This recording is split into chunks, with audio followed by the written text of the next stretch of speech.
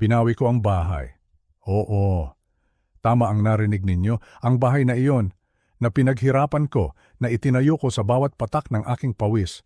Ang tahanang akala nila ay kanila na habang buhay, binawi ko, isang pirma lang sa papel, isang pagkatok mula sa kinatawan ng batas.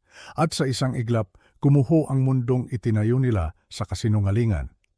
Marahil, iniisip ninyo na ako ay isang malupit na ama, isang matandang walang puso. Pero bago ninyo ako husgahan, hayaan ninyong ibalik ko kayo sa isang malamig na gabi, ang gabing nagsimula ang lahat.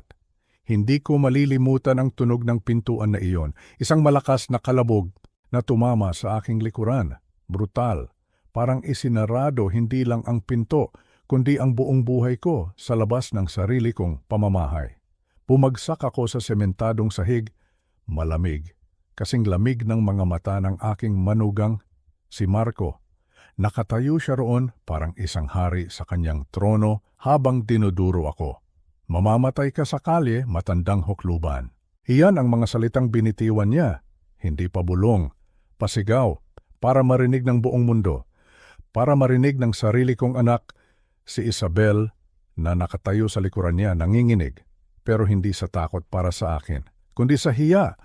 Dahil sa akin, walang utang na loob.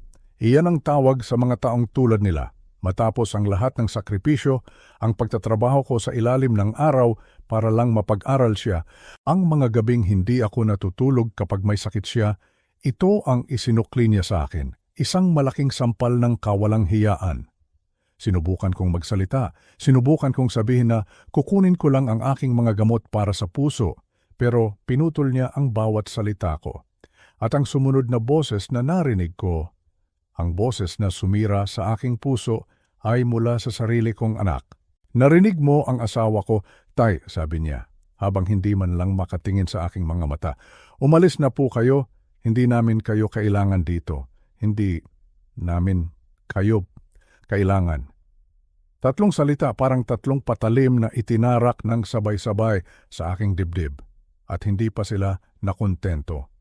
Kinuha ni Marco ang mga litrato ko, ang mga damit ko, at ang pinakamasakit sa lahat, ang mga natitirang alaala ng aking yumaong asawa, si Celia. Itinapon niya ang mga ito sa sahig, isa-isa, at sa harap ng aking mga mata, sa ilalim ng isang malupit na ngiti, tinapakan niya ang mga ito, binasag ang bawat frame, tinurog ang bawat alaala. Para maalala mo kung sino ang masusunod dito, sabi niya, bago ako sipain sa tagiliran na nag-alis ng hangin sa aking mga baga. Ang sakit ng sipa, wala iyon. Ang sakit na narito, sa loob. Iyon ang halos pumatay sa akin. Nakahandusay ako roon sa labas ng sarili kong pamamahay, tinitingnan ang mga basag na piraso ng aking buhay, habang ang aking anak, ang aking bugtong na anak, ay dahan-dahang isinasara ang mga kurtina para hindi na niya ako makita. Para itago ang katotohanan na ang sarili niyang ama ay isa ng basura sa kanyang paningin. Pero ang hindi nila alam ay may isang bagay na hindi nila kayang sirain. Ang hindi nila alam ay ang matandang itinapon nila sa kalye ay may mas matibay na pundasyon kaysa sa bahay na inagaw nila. Akala nila tapos na ang lahat. Akala nila iyon na ang katapusan ko, nagkakamali sila. Hindi iyon paghihiganti, hindi. Ang ginawa ko ay pagbibigay ng katarungan. Dahil sa gabing iyon, habang nilalamig at basang-basa sa ulan, ipinangako ko sa sarili ko at sa alaala ng aking asawa na darating ang araw, matututunan nila ang isang leksyon. Ang leksyon na ang dignidad ay hindi nabibili at ang respeto ay hindi hinihingi, kundi ibinibigay sa mga karapat-dapat. At ang ginawa nila sa akin ay isang pagkakamali na pagsisisihan nila habang sila ay nabubuhay. Dahil iyon ay simula pa lamang. Bago po tayo magpatuloy sa aking kwento, kung maaari po ay mag-subscribe kayo sa channel at pindutin ang like button at pakisabi na rin po sa amin sa comment section kung saan po kayo sa mundo nakikinig ngayon. Malaking tulong po iyan para malaman naming sinasamahan ninyo ako sa paglalakbay na ito. Maraming salamat po. Ngayon, ipagpatuloy natin ang paglalakad palayo sa bahay na iyon ay parang paglalakad palayo sa aking sarili. Bawat hakbang ay mabigat, Bawat hininga ay may kasamang kirot. Ang ulan na kanina'y ambon lang ay unti-unting lumakas na parabang nakikidalamhati ang langit sa aking sinapit. Ang dala-dala kong maliit na maleta ay halos walang laman, pero ang bigat nito sa aking kamay ay parang pasan ko ang buong mundo. Ang mga ilaw ng syudad ay kumukutitap sa malayo. Magaganda pero malalamig, walang pakialam. Ganon pala ang pakiramdam kapag wala ka ng tahanang babalikan. Ang buong syudad ay nagiging isang malawak na disyerto at ikaw ay nag-iisa. Ang una kong naisip ay sumilong sa isang hintayan ng bus. Ngunit kahit doon, tila wala akong lugar. Isang guwardya ang lumapit sa akin, tinitigan ako mula ulo hanggang paa, ang aking basang damit, ang aking gusot na mukha, at sa isang senyas ng kamay, pinalayas ako. Wala akong nagawa kundi tumango at magpatuloy sa paglalakad. Ganoon pala kapag nawalan ka ng lahat. Maging ang karapatan mong sumilong sa ulan ay ipagkakait sa iyo. Sa huli, natagpuan ko ang aking sarili sa isang parke. Isang parke na dati dinadalaw namin ni Celia, ang aking asawa, tuwing linggo.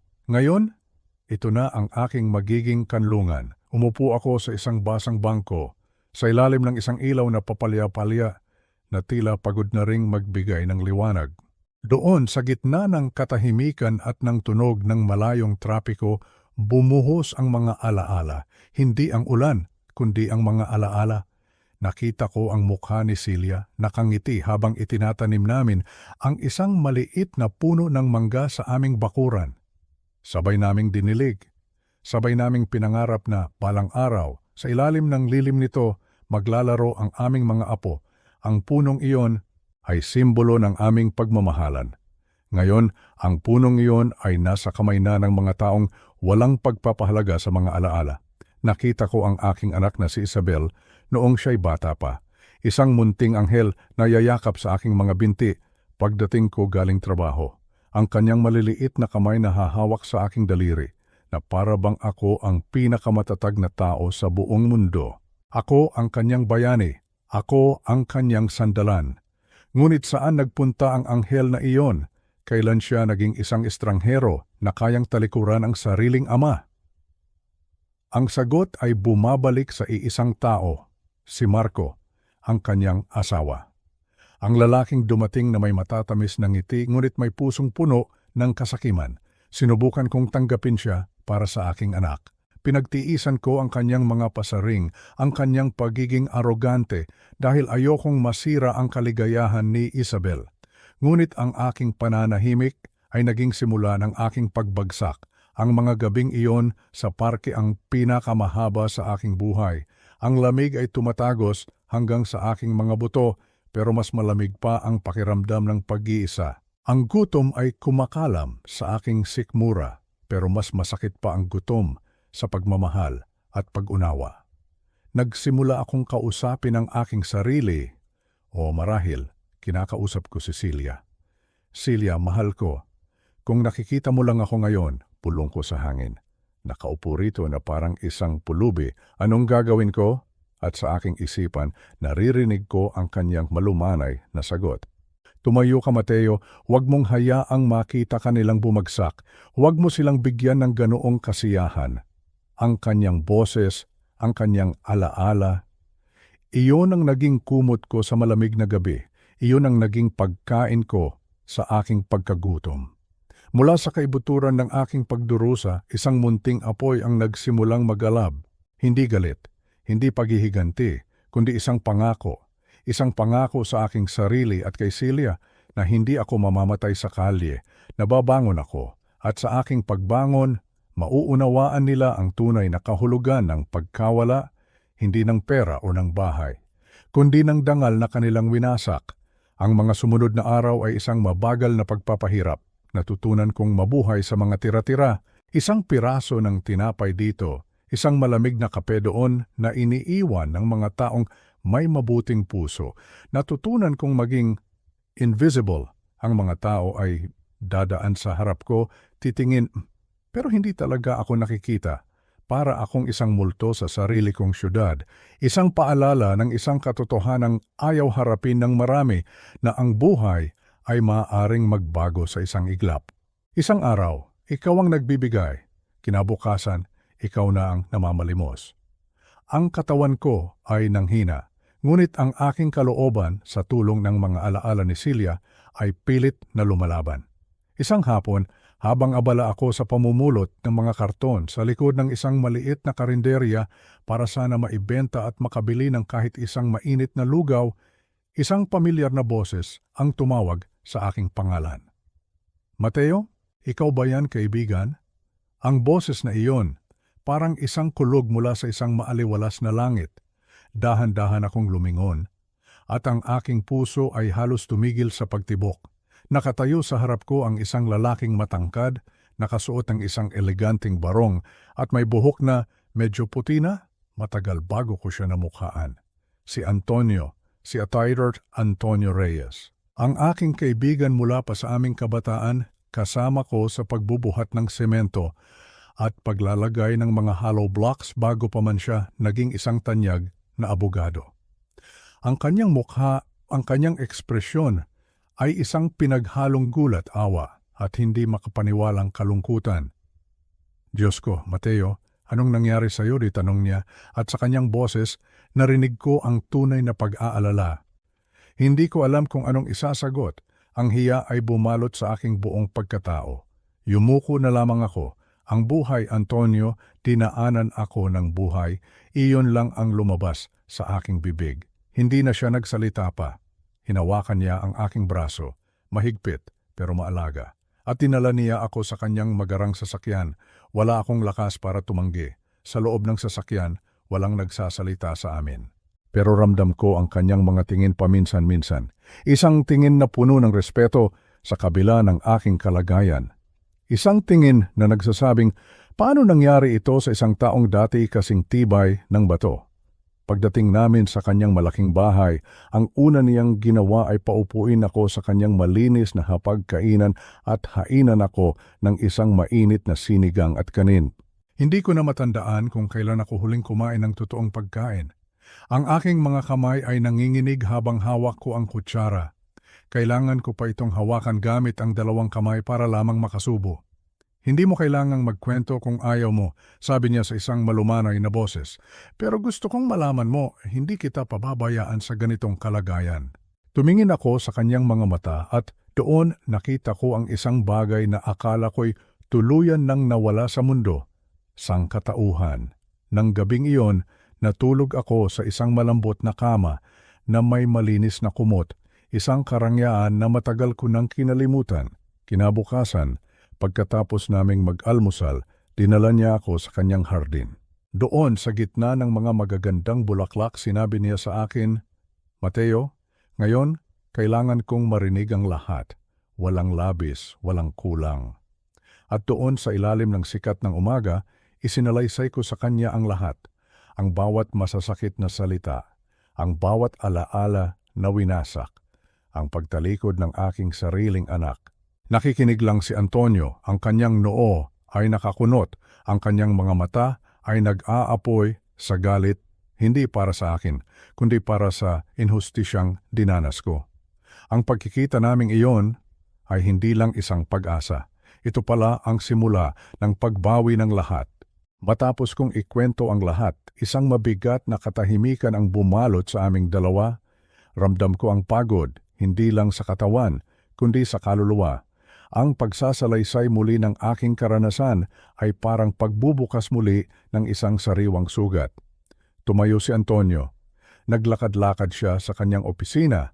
Ang kanyang mga kamay ay nasa likod. Maya-maya, humarap siya sa akin at ang kanyang mga mata ay may kakaibang kislap. Isang kislap ng isang abogado na may natuklasang mahalagang ebidensya. Mateo, sabi niya sa isang seryosong tono, alam mo ba na sa mata ng batas, sayo pa rin ang bahay na yon? Natigilan ako. Hindi ko na proseso agad ang kanyang sinabi. Ano? Anong ibig mong sabihin, Antonio? Naguguluhan kong tanong. Ipinangalan ko na iyon sa kanila. Pasalita. Isang maliit na ngiti ang sumilay sa kanyang labi. Iyan na nga ang punto, kaibigan, pasalita. Kaninang umaga, bago ka pa man magising, may hinala na ako kaya ipinasuri ko ang mga papeles sa Land Registration Authority at tama ang kutob ko. Huminga siya ng malalim bago magpatuloy. Ang titulo ng lupa, ang orihinal na titulo, ay nananatiling nakapangalan sa iyo, Mateo Cruz. Walang anumang kasulatan ng Deed of Donation or Deed of Sale na nairehistro. Sa madaling salita, sa legal na paraan, ikaw pa rin ang may-ari ng lahat. Ang mga salitang yon, parang tubig na ibinuhos sa isang uhaw na tao. Hindi maaari, paulit-ulit kong sinasabi sa aking isipan. Ibig sabihin, ang lahat ng ginawa nila, ang pagpapalayas sa akin, ay ginawa nila sa loob mismo ng aking pamamahay. Ibig sabihin, dugtong ni Antonio, na tila nababasa ang aking iniisip. Hindi lang niya sinira ang iyong dignidad, Mateo, nakatira siya sa ilalim ng isang bubong na pag-aari mo. Isang kakaibang damdamin ang dumaloy sa aking ugat. Hindi purong saya, hindi rin purong galit. Ito ay isang pakiramdam ng kapangyarihan, ang kapangyarihan ng katotohanan. Pagkatapos ng lahat ng pang-aapi, heto ang batas, kumakampi sa akin. Kung gayon, sabi ko sa isang mahinang boses na unti-unting lumalakas, gawin natin ang dapat gawin. Tumingin ako ng diretso sa kanyang mga mata. Antonio, ayokong maging isang taong puno ng pait, pero ayoko ring mamatay na dala-dala ang bigat na ito. Lumapit siya at tinapik ang aking balikat. Kung gayon, huwag kang mamatay, Mateo. Pumangon ka. Ipaglaban mo ang tama, hindi dahil sa pride, kundi dahil sa dignidad. Ang kanyang mga salita ay tumatak sa aking isipan, dignidad. Iyon ang salitang matagal nang nawala sa akin. Mula sa araw na iyon, nagsimula ang aming tahimik na pagpaplano. Si Antonio ay gumalaw na parang isang bihasang general, naghahanap ng mga dokumento, kumukonsulta sa mga kasamahan, at bumubuo ng isang estratehiyang hindi madaling buwagin. Sa bawat papel na kanyang inilalatag sa mesa, nakikita ko ang pag-asa. Hindi lang pag-asang mabawi ang bahay, kundi ang pag-asang mabuo muli ang aking pagkatao. Isang gabi may isa pa siyang ibinalita. May natuklasan pa ako, Mateo, mas malala. Inilapag niya ang ilang bank statements. Ginagamit ng manugang mo ang titulo ng bahay mo bilang kolateral sa mga utang na nagkakahalaga ng ilang milyong piso. Mga utang na hindi niya kayang bayaran. Naramdaman ko ang isang kirot sa aking dibdib. Ngunit sa pagkakataong ito, hindi para sa sarili ko, kundi para sa aking anak. Isinangla niya ang kinabukasan nila sa isang kasinungalingan. Kung gusto natin, sabi ni Antonio, pwede natin siyang tuluyang pabagsakin. Humiling ako. Hindi, kaibigan. Ang pera ay nababawi. Ang gusto kong makita ay ang kanyang pagharap sa salamin at makita ang tunay na siya. Ang kahihiyan, iyon ang parusang habang buhay niyang dadalhin. Tumango si Antonio, puno ng paghanga. Kung gayon, gagawin natin ito sa iyong paraan. Walang sigawan, walang gulo, walang dahas. Dadalhin natin sila sa dulo gamit lamang ang bigat ng katotohanan. At sa sandaling iyon, alam ko na, ang katarungan minsan ay mabagal, minsan ay tahimik, pero tiyak ang pagdating at ang pagdating nito ay magiging mas malakas pa sa anumang sigaw o dahas na kaya nilang ibato. Ang paggaling ay hindi isang tuwid na linya. May mga araw na gigising ako na puno ng pag-asa at may mga araw na ang bigat ng nakaraan ay hihilahin ako pabalik. Ang katawan ay mas mabilis maghilom kaysa sa kaluluwa. Sinamahan ako ni Antonio sa isang doktor. Pagkatapos ng masusing pagsusuri, sinabi ng doktor na ang aking puso sa kabila ng lahat ay nananatiling matibay. Pagod na pero malakas pa, sabi niya. Ang mga salitang iyon ay tumatak sa akin. Pagod na pero malakas pa. Iyon mismo ang paglalarawan ng aking buhay. Binigyan ako ni Antonio ng mga bagong damit. Sa unang pagkakataon sa loob ng maraming buwan, nakaramdam ako ng dignidad sa aking suot. Hindi ito tungkol sa presyo ng damit kundi sa pakiramdam na muli kang naging isang tao sa mata ng iba. Ngunit ang pinakamalaking tulong na ibinigay niya ay hindi pera o damit, kundi isang pagkakataon. isang pagkakataon na muling maging kapakipakinabang.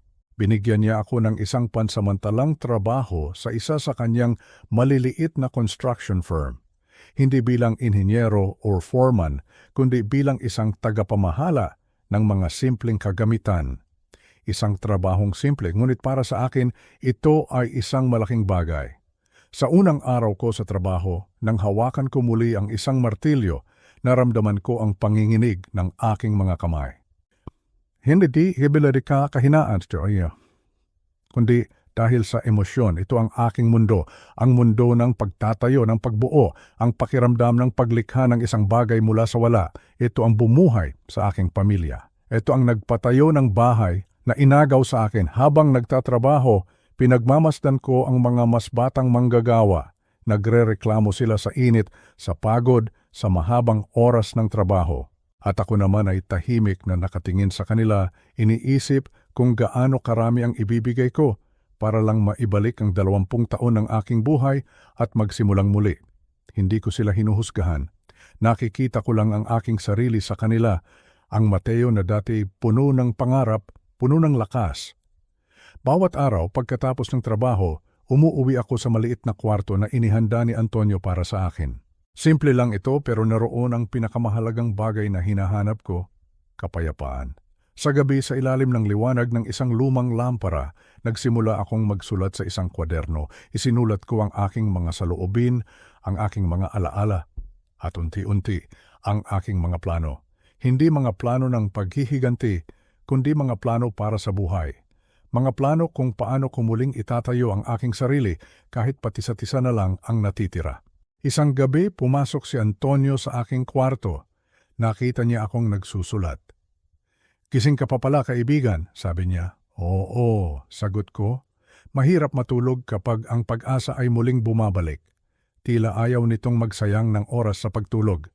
Tumawa siya ng mahina at umupo sa harap ko.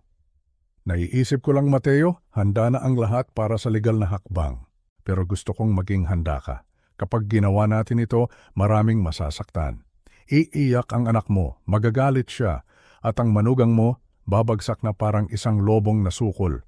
Tumingin ako sa kanya nang may kahinahunan. "Antonio, hindi ko hangad na sirain sila. Gusto ko lang na maunawaan nila ang kanilang ginawa, na ang buhay ay hindi itinayo sa pamamagitan ng pagyurak sa taong nagmahal sa iyo." Tumango siya na parabang naiintindihan niya ang lalim ng aking mga salita. "Kung gayon," sabi niya, "gagawin natin ito ng may class. Walang sigawan, walang iskandalo, tanging katotohanan lamang." Ang salitang iyon, katotohanan. Ilang beses akong nanahimik para sa pagmamahal. Ilang beses kong piniling huwag magsalita para maiwasan ang gulo. Ngayon natutunan ko na ang pananahimik ay isa ring paraan ng pagkamatay. Minsan kailangan mong magsalita. Kahit nanginginig ang iyong boses, kahit masakit.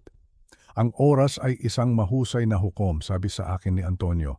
Kailangan lang natin itong bigyan ng tamang mga ebidensya. At iyon ang ginawa namin. Sa mga sumunod na linggo, ako ay naging anino ni Antonio. Sinamahan ko siya sa kanyang opisina. Pinanood kung paano siya bumubuo ng mga legal na dokumento, kung paano siya nakikipag-usap sa telepono nang may kahinahunan na nag-uutos ng respeto. Sa bawat kilos niya, merong isang hindi nakikitang diskarte. Hindi ako gaanong nakakaintindi sa batas pero nakakaintindi ako sa construction at ang ginagawa namin ay halos magkapareho. Ang pagtatayo ng isang bagay na matibay, ladrilyo bawat ladrilyo, hanggang sa walang anumang kasinungalingan ang makapagpapabagsak dito. Isang umaga, iniabot sa akin ni Antonio ang isang sobre. "Heto ang mga kopya ng titulo ng iyong bahay, sertipikado ng isang notaryo. Walang anumang paglilipat na nairehistro ni sa anak mo o sa manugang mo. Ikaw pa rin ang nag-iisang may-ari." Kinuha ko ang sobre, nanginginig ang aking mga kamay, hindi dahil sa takot, kundi dahil sa bigat ng kahulugan nito. Kung gayon, sabi ko ng marahan, "Wala pom, ang lahat ng ginawa nila, ang kanilang kayabangan, ang kanilang pangmamaliit, ay ginawa nila sa lupang akin pa rin pala." Tumango si Antonio, isang bahagyang ngiti ang makikita sa kanyang mukha. "Tama, inakala nilang sila na ang hari ng mundo, pero hindi man lang nila alam na nakatira sila sa ilalim ng iyong bubong. Ang mga salitang iyon ay tumama sa akin na parang kidlat. Inilarawan ko sa aking isipan ang kanilang bahay, ang kanilang mga tawanan, ang kanilang mga hapunan kasama ang mga kaibigan.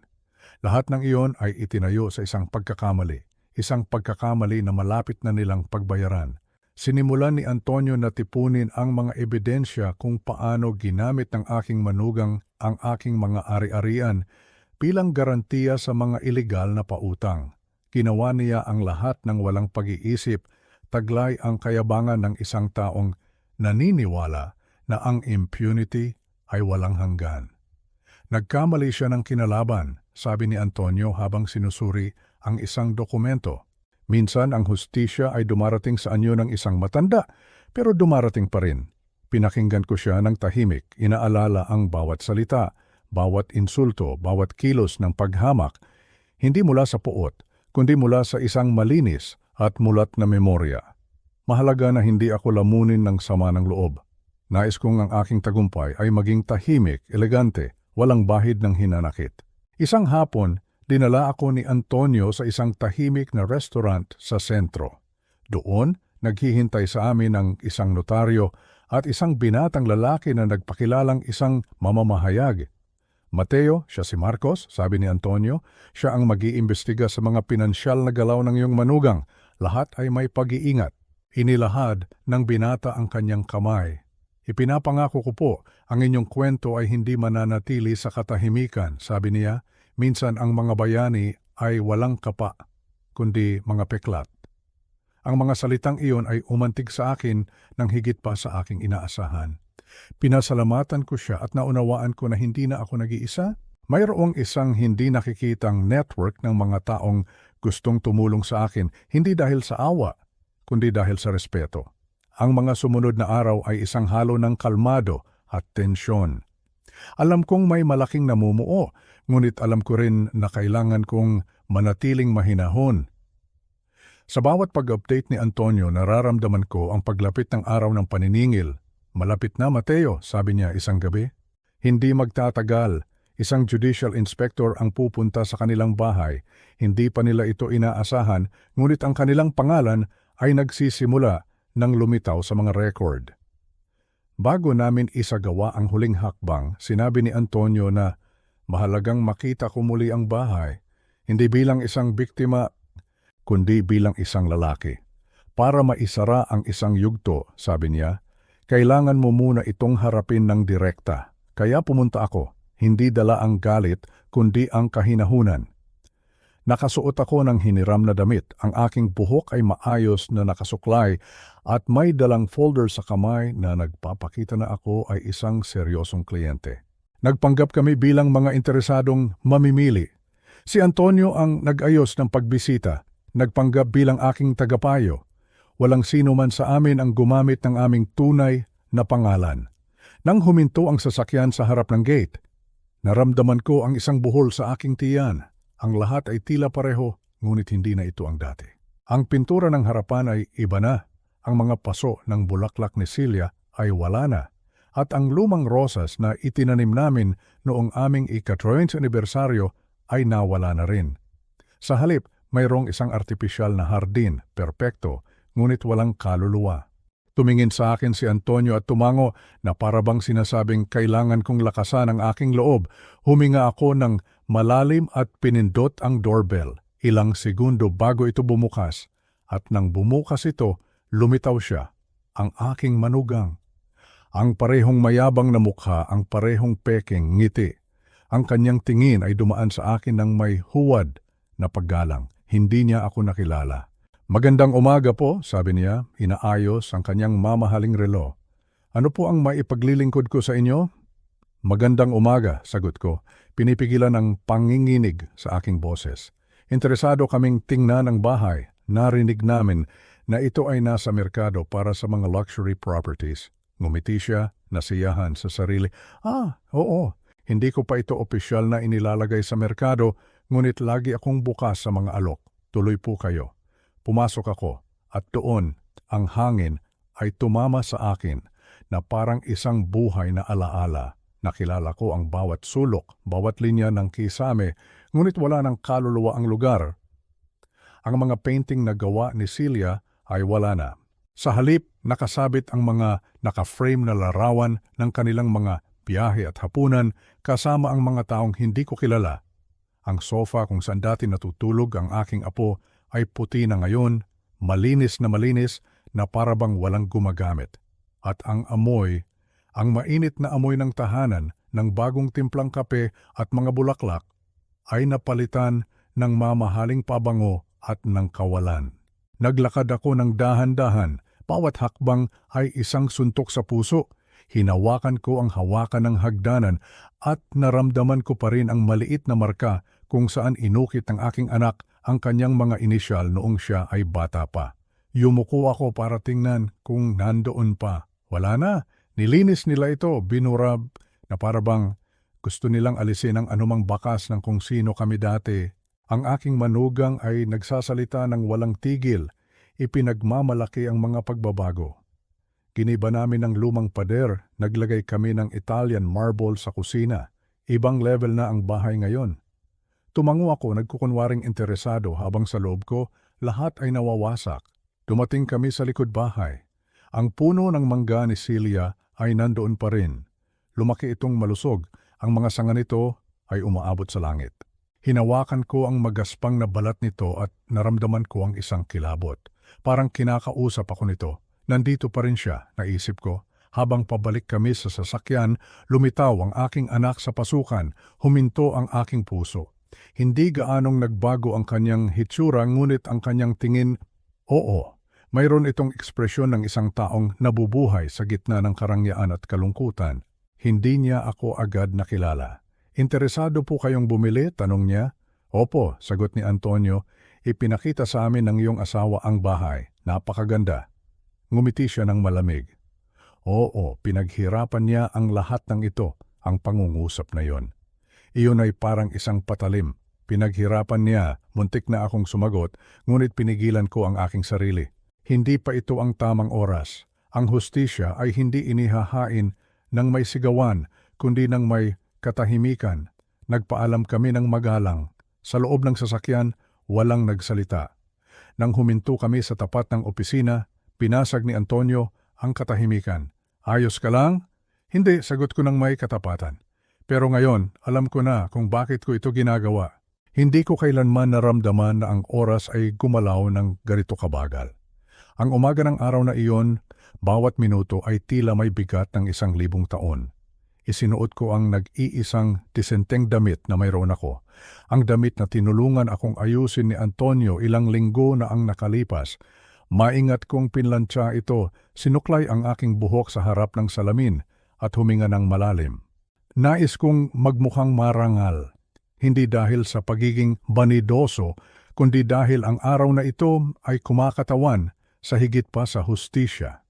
Ito ang aking pagbabalik sa mundo ng mga buhay. Dumating si Antonio, nasa oras gaya ng dati, dala ang kanyang karaniwang tikas at isang itim na portfolio.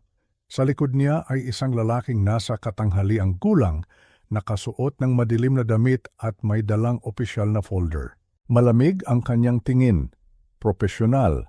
Siya ang kinatawan mula sa korte. Handa ka na? Tanong ni Antonio na parabang kailangan niyang marinig ang aking boses upang kumpirmahin ang hindi maiiwasan. Handa na, sagot ko. Ang biyahe papunta sa bahay ay tahimik. Nakatingin ako sa bintana ng sasakyan sa mga parehong tanawin na aking nilakbay ilang buwan na ang nakalipas nang ako ay itapon. Ngunit ngayon iba na ang lahat. Hindi na ako ang sirang tao na naglalakad sa ilalim ng ulan na may walang laman na maleta. Ako ay iba na, isang taong natuto na ang sakit ay maaari ring maging lakas. Nang huminto ang sasakyan sa harap ng gate, ang aking puso ay kumabog ng malakas. Naroon ang aking bahay, impuente maganda ngunit walang kaluluwa. Ang puno ng mangga ni Celia ay nananatiling matatag sa hardin. Ang mga sanga nito ay nakaunat na parang naghihintay sa aking pagbabalik.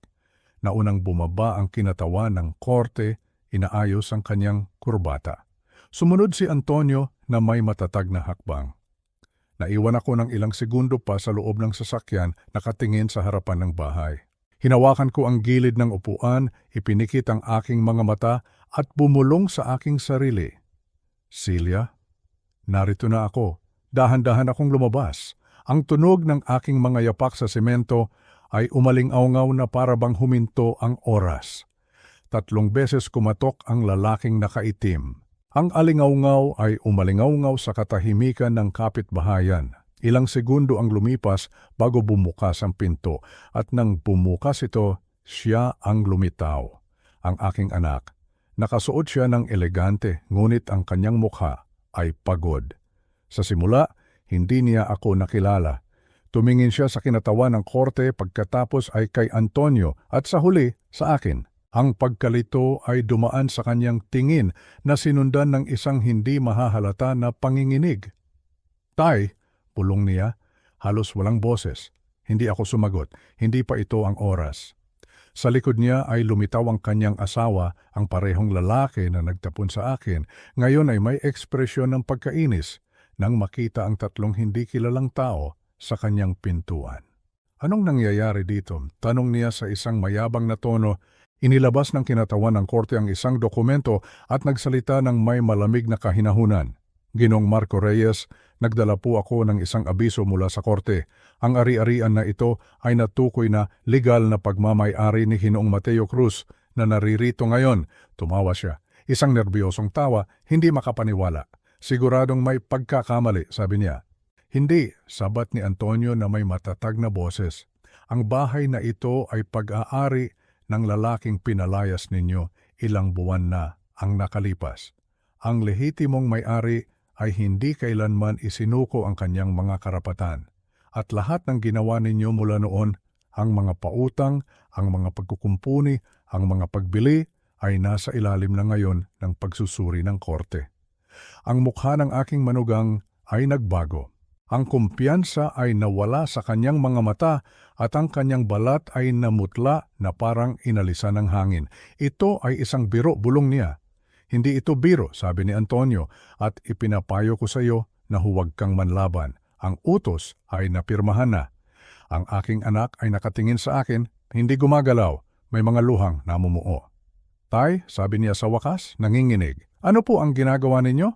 Humakbang ako palapit sa kanya. Wala akong ginagawa, anak. Pinabawi ko lang ang hindi dapat nawala sa akin, ang aking pangalan. At sa sandaling iyon, ang bigat ng katotohanan ay bumagsak sa kanila. Ang katahimikan pagkatapos ng malaking revelasyon ay nakabibingi. Walang nagsalita sa loob ng ilang segundo. Tanging ang hangin na sumusuot sa mga siwang ng bintana ang maririnig, na para bang maging ang bahay ay nagpipigil ng hininga. Ang aking anak ay may mga luha na sa kanyang mukha, habang ang aking manugang na may mahigpit na panga ay sinusubukang panatilihin ang kanyang composure.